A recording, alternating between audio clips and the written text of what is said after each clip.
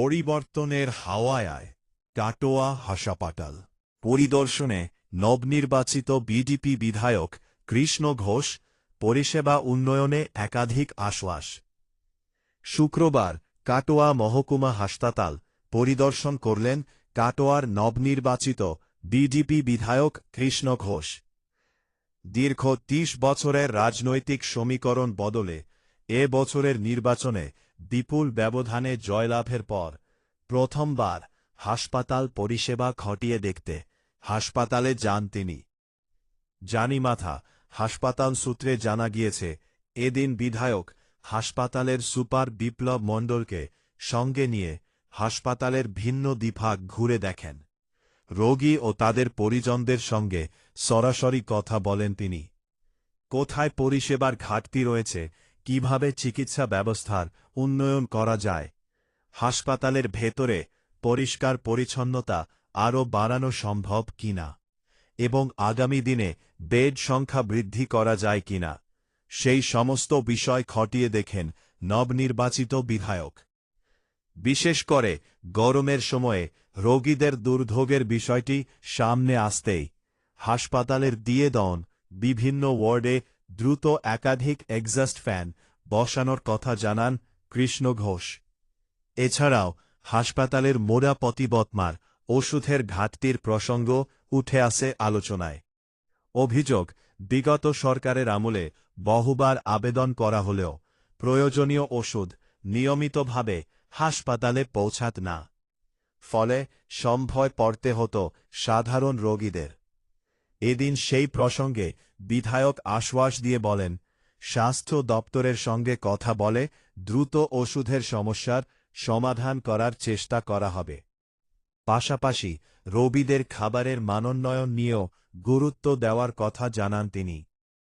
হাসপাতালের সুপার বিপ্লব মণ্ডল বলেন, আগের সরকারের আমলে বিধায়কদের এভাবে হাসপাতালে এসে সাধারণ মানুষের সঙ্গে কথা বলতে খুব একটা দেখা যেত না। কিন্তু নতুন বিধায়ক সময় নিয়ে রোগীদের অভিযোগ শুনেছেন, হাসপাতালের বিভিন্ন সমস্যা খতিয়ে দেখেছেন এবং উন্নয়নের জন্য একাধিক পরামর্শ দিয়েছেন। সেই কাজ দ্রুত বাস্তবায়নের ক্ষেত্রেও সহযোগিতার আশ্বাস দিয়েছেন। কৃষ্ণ ঘোষ বলেন, পরিবর্তনের মাত্র ১১ দিন হয়েছে, এর মধ্যেই পরিবর্তনের কাজ শুরু হয়েছে।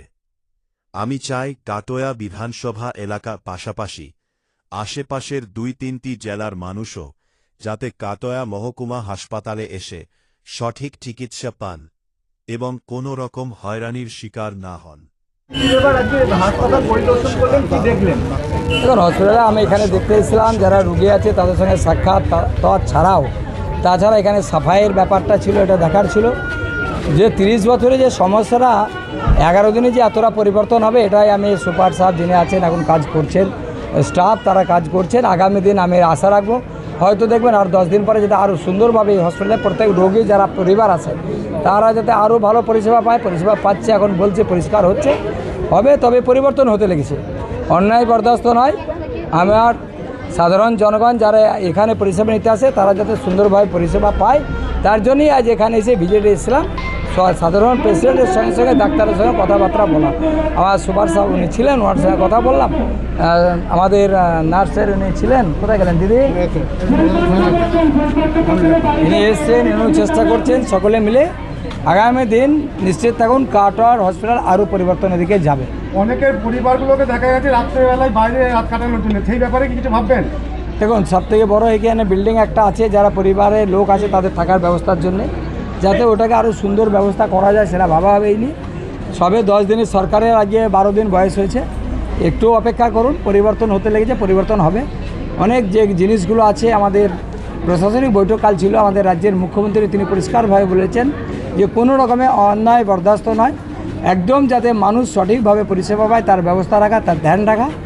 সেখান থেকে আজ আমি এখানে আজ সকালেই পরিদর্শন এসেছিলাম যাতে হসপিটাল কেমন আছে দেখতে, যে আগের থেকে একটু পরিবর্তন আসছে। এখন একদিনই তো হয় না, সব কালো চোখ দাগ যেগুলো ছিল অনেক পরিষ্কার হয়েছে, আগামী দিন আরও তাড়াতাড়ি হবে এই আশ্বাস আমার আছে, ভরসা আছে। এনারা কাজ করছেন, কাজ করবেন, পরিষ্কার সমস্ত বিষয়। এবার আরও অনেক কিছু যেগুলো বেডের ব্যাপার আছে, কিছু বেড যদি বাড়ে, এখানে গ্রাম বাংলায় এখানে প্রায় 3টি জেলার লোক আছে, যাতে আমি কালকে মুখ্যমন্ত্রীকেও জানিয়েছি আমাদের এখানে যাতে উন্নত মানের চিকিৎসা পাওয়া যায় তার ব্যবস্থা করার। অনেকে প্রাণ চলে যায়, ডেলিভারি কেস এসে অনেক বোনের কয়েকদিন আগে একটা আমাদের শিলবাটির একটা বোনের প্রাণ গিয়েছে।